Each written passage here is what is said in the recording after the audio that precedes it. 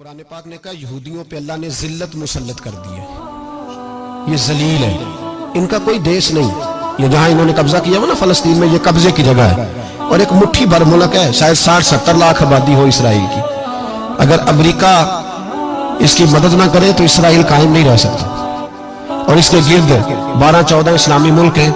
بیت المقدس مسجد اقصیٰ معمولی جگہ نہیں، حضور نے فرمایا 3 سفر کرو تو سمجھنا ہم عبادت کر رہے ہیں۔ کون کون سے؟ فرمایا اگر بیت اللہ جاؤ تو عبادت سمجھ کے جانا، مسجد نبوی کی طرف جاؤ تو عبادت ہے، اور مسجد اقصیٰ کی طرف جاؤ تو یہ بھی عبادت ہے۔ اور فرمایا مسجد اقصیٰ میں جس نے ایک نماز پڑھی اسے 25,000 نمازوں کا ثواب ملے گا۔ اور میرے رسول پاک نے یہ وہ مسجد ہے جس کے ساتھ معراج شریف جڑا ہوا ہے۔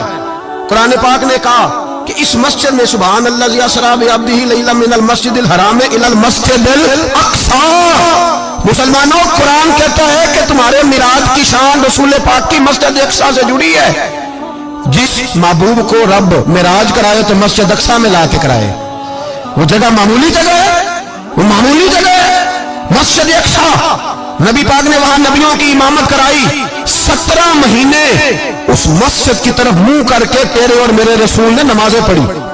چھوٹی جگہ ہے، اور پوری دنیا کا مسلمان اسے چاہیے شرم سے گڑ جائے۔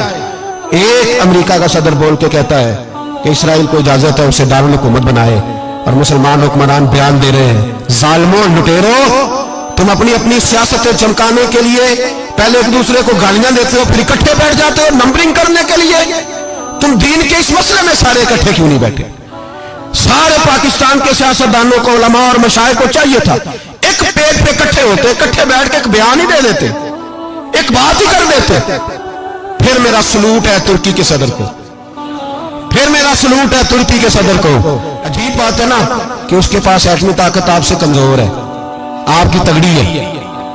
اس کے پاس جو فوجی طاقتیں ہیں وہ اپنی جگہ پر آپ کی فوجی طاقتوں کا لوہا مانتی ہے دنیا، لیکن پھر مجھے کہنے دو نا، میدان میں بندہ ایٹمی طاقت سے نہیں لڑتا، ایمان کی قوت سے لڑتا ہے۔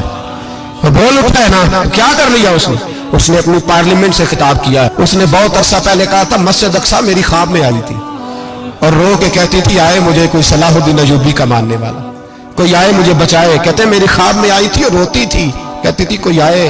اور ایک شاعر نے کہا ہے مسجد اقصیٰ نبی پاک کو بھی بلاتی ہے، کہتی ہے ایک بار پھر طیبہ فلسطین میں آ، راستہ دیکھتی ہے پھر مسجد اقصیٰ تیرا، ایک بار پھر سے طیبہ سے فلسطین میں آ، راستہ دیکھتی ہے پھر مسجد اقصیٰ تیرا۔ کوئی بول رہا ہے نہیں اتنا مقدس مقام، چھوٹے چھوٹے بیانوں، کہیں اکٹھے ہو جاؤ، پیش کوئی کر رہا ہوں بڑی جلدی۔